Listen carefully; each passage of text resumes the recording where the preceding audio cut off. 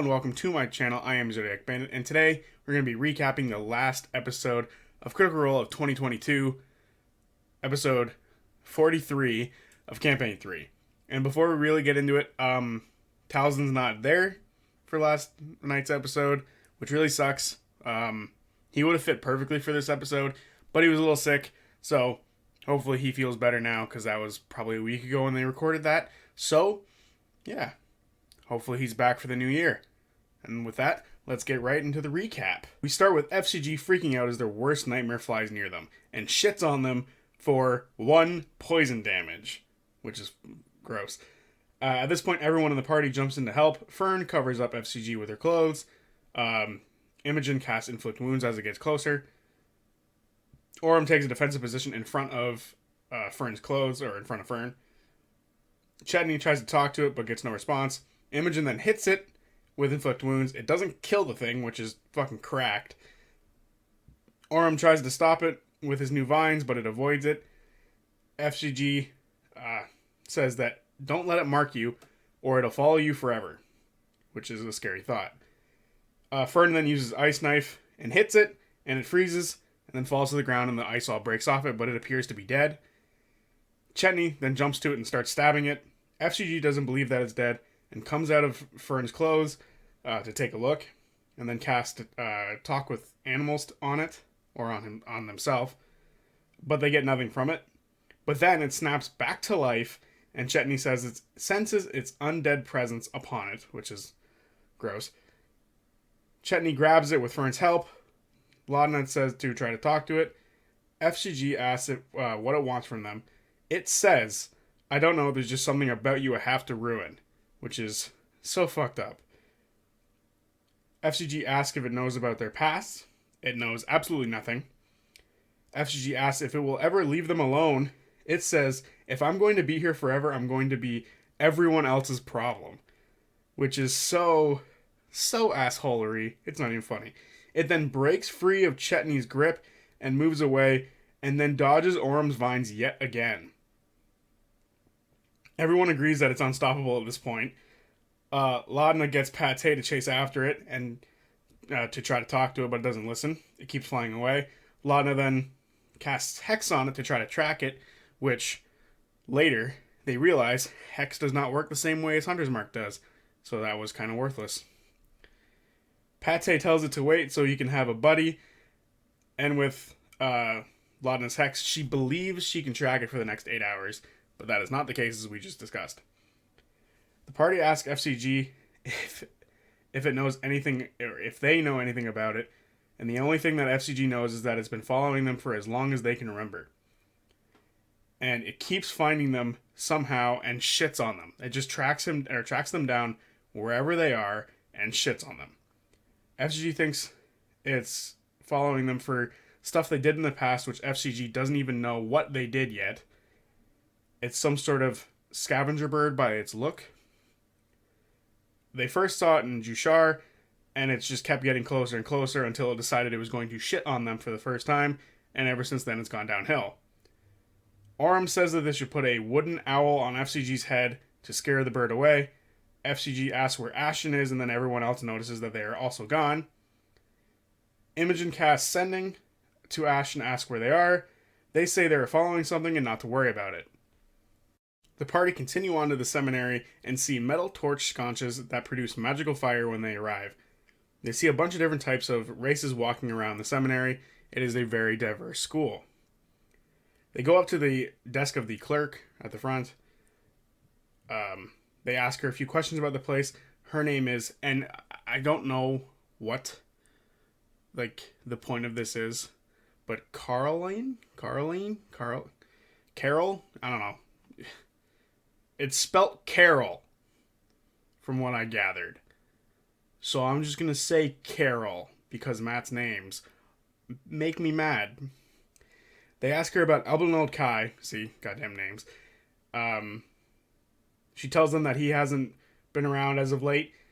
Most believe it's to restructure his curriculum, but the headmasters are getting upset with his lack of respect toward the school's schedule. They tell Carol they are friends of his and want to know where he lives. She says he lives somewhere in the visual quarter in the Dominion Ring. So not far, but she doesn't give the exact address as she doesn't really know them. They also ask if Professor Sumal is in. She is the person who wrote the research report about Ruidus that the Lumos twins read, and it's the same book that has Imogen's mother's name within it as a subject for the research. She's not here today and is going to have a meeting the next day around noon. They can maybe catch her then. The party then begins to ask questions about the school, but Carol asks if they plan to enroll. The party doesn't want to do that, and the clerk tells them she can't really say much more. At this point, the room goes silent. Orem notices the mood change as all the people in the room turn around and hear massive hulking footsteps that belong to a massive hulking humanoid figure with long wild hair, red hair, and a mask with no facial features. It has no eyes, no mouth, and no nose on it, and the mask is covered with a bunch of scribes on it. FGG casts detect thoughts on Carol, and in her head, she says she doesn't like these things. They make her nervous. Imogen asks Carol in her head what they are. Carol just says they're representatives of Vasselheim. Fern actually does know what they are. They are judicators, the hunters and warriors of the gods. They act as bloodhounds for Vasselheim and are also used to bodyguard clerics during peace times. They give all of themselves to the gods and serve in service to them, and they volunteer to do this. Everyone in the room is put off by them, and the students give them a wide berth. God dang, I keep saying it. Chetney calls out to them and walks right up to them.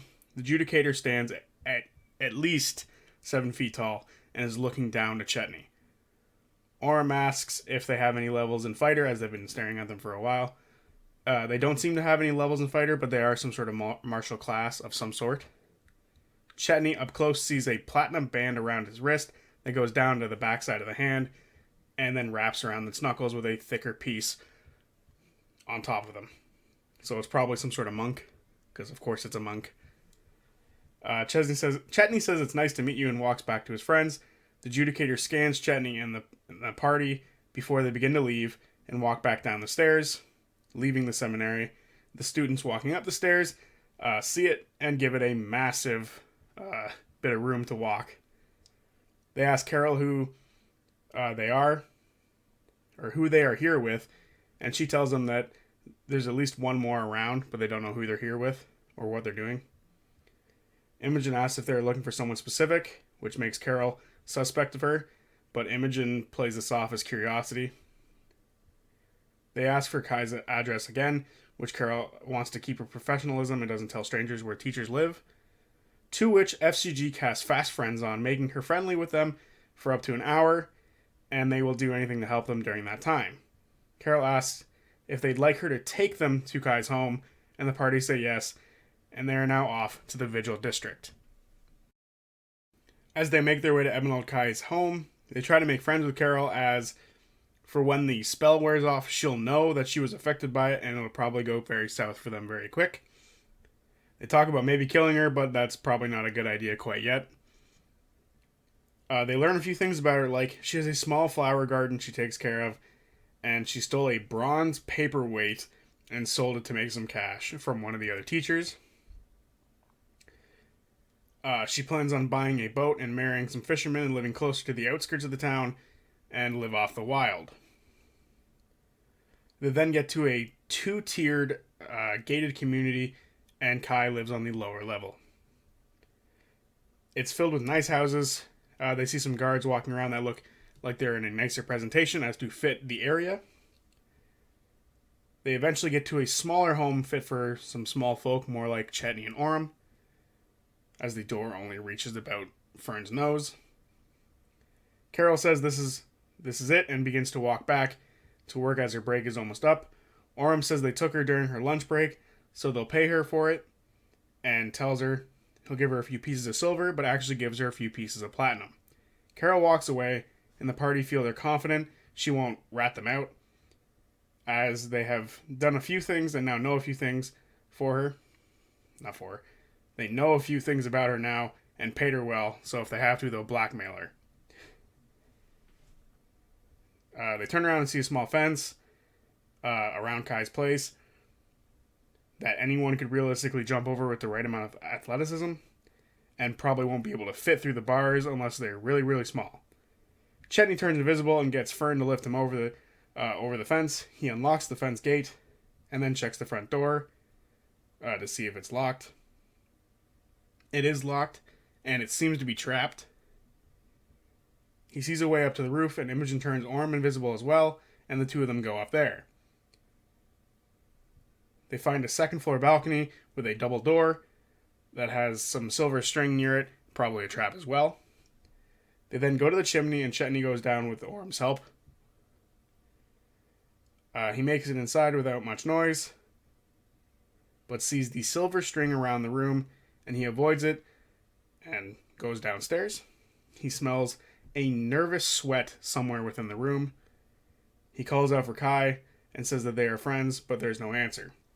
Chetney tries to open the door, but trips the trap into the front door, dodges the pot that is filled with some sort of liquid. Chetney then opens a window to let everyone in, but they left to avoid being seen by guards. Orm comes down and sees Chetney, has the window open, and with his mental link that Imogen set up, he tells her that they can come back.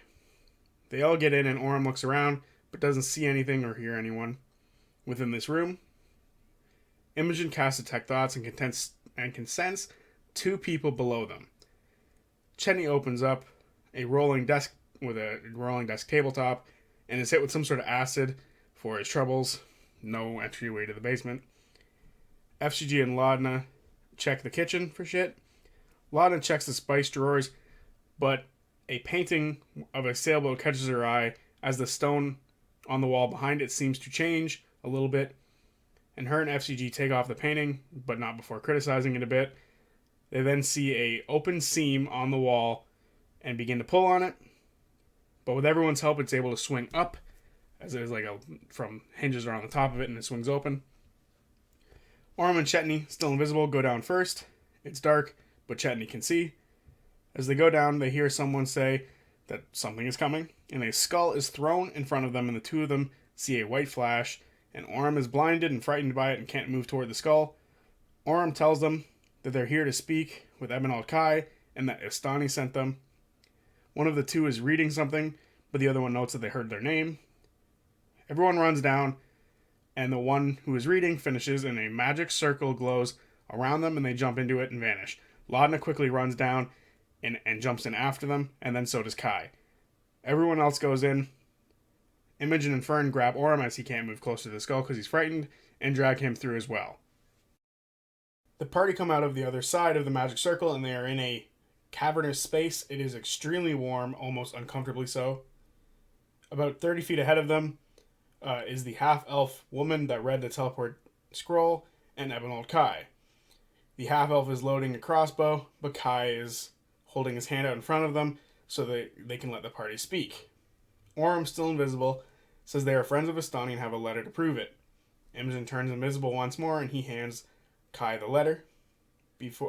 After reading it, Kai tells Bran, the half-elven woman, to lower the crossbow. And when she does, it accidentally goes off and scares everybody, but no one gets hit by it. Kai says if this letter is true, it is a good thing as they really need friends right now. Imogen asks them if they're the ones that the adjudicators are after. They can only assume that this is the case. The half-elven woman introduces herself as Bran Vestishow. God, these names. There's something else. Bran, a historian of Exandrian history, mostly the Founding and the Schism, along with two other members of the Grim Verity, found a trail that led them to the texts and took them from Vasselheim. And that's why they're being hunted down by the adjudicators. The party asks Kai where they are, and Kai points to a third person behind the party. This is her place, and she is Planewalker Rin, a red tiefling with blue eyes with a small dot black pupils, and horns that curl back before they curl up and point to the sky. For those who don't know, this is a character that we've only heard of before and have never met. She was mentioned in Campaign 2. The Mighty Nine used a tuning fork that was most likely belonged to Ren to flee Trent Igathon and Astrid as they were chasing them toward the end of the campaign. And they ended up in probably the exact same room that the Hells are currently standing in now, which to me is really cool. Ren is an ally of the Grim Verity, but still doesn't trust the party, so she summons a flame elemental to make sure that nothing happens. At this point, to sort of prove what side the Hells are on, they share some information about the moon, or about the moon Ruidus to Kai and the others. They start with the Lumos twins, and that's how they started being on this trail. They tell Kai about the city within the city, which is new information to him. They also share that Imogen's mother was a part of the research that the Grim Verity did. Bran asks if Imogen is an exalted, which basically means that her connection to Ruidus is stronger than most. Bran tells them that the party, just knowing this stuff, puts themselves in danger, but the party already know this as they fought Odohan Thule and lost Laudna's life. Bran tells the party that about the theft that happened for the Ruidus texts. She says that the High Bearers of Vasselheim pushed researchers away from looking into Ruidus, and as such, when they took the texts, Arnold Dret was taken during the theft of the texts, and Gienna, these names hate me. Janina? Yeah, that's it. It's Janina. The other researcher that was there that day, a member of the Grim Verity, is currently up at the northern nexus point. We learn Rin's motives, which is she's fascinated by astrology and astrology between the realms, and noticed a few weird going-ons with the ley lines and the Ruidus flares. She also found some people trying to tap into the coming apex around these realms. The party asked Kai and Bren what the text said and if they both read it, and if it mentioned the city. But Rin apologizes to the Hells, as normal she has to speak down to people that don't know as much about this as she does, and asks them what they know about the Cerberus Assembly. The party say they stole a few things from them a little while back, and that they work out of Wildmount mostly, and are working with Odohan Thule.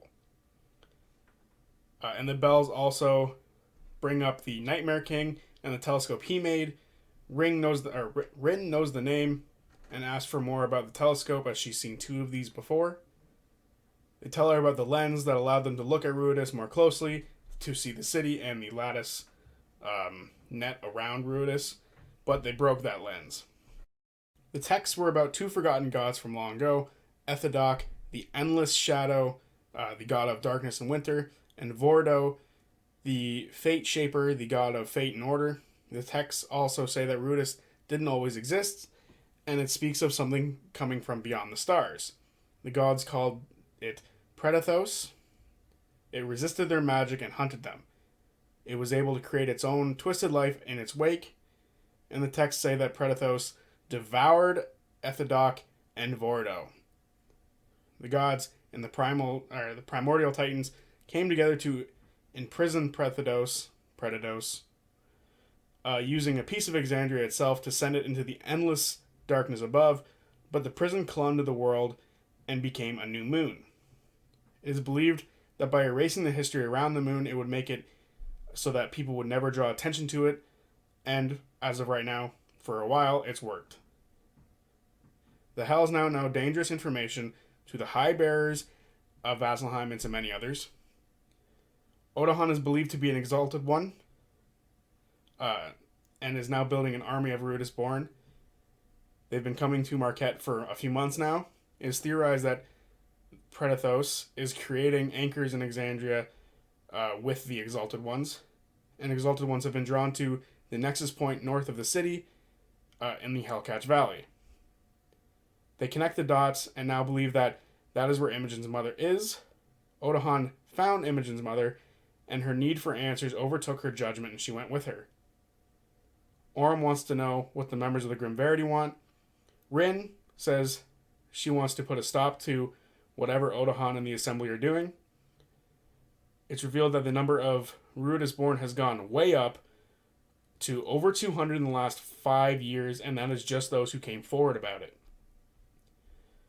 Fern tells them that Imogen destroyed a whole city block with her powers, and wants to know if the Verity can help her tap into it.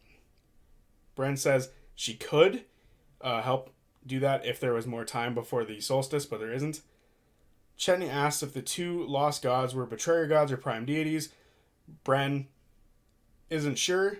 The texts don't say, and it's believed that at one point all gods worked together.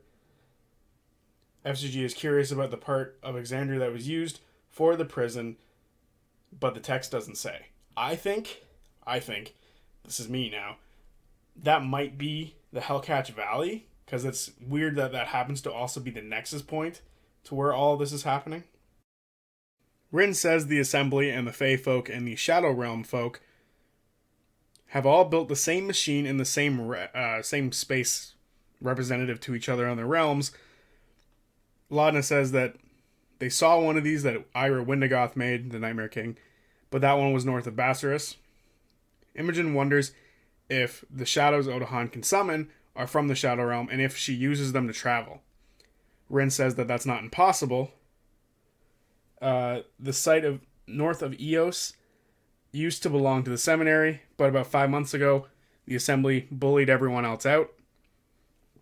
This is where the site where both Genia went, the other member of the Grim Verity, and it's also where Imogen's mother is believed to be currently.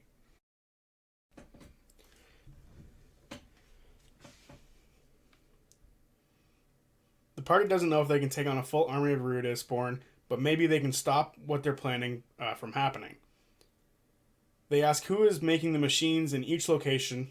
The Unseelie Court is making one in the Fae, and the Cerberus Assembly is making the others in the Material Plane and in the Shadowfell, with some help from Odahan. Chetney says they have an inn at the one north of Eos with Imogen's mother, but Imogen isn't sure. She doesn't think that she will help them, and she'll probably just stonewall her again.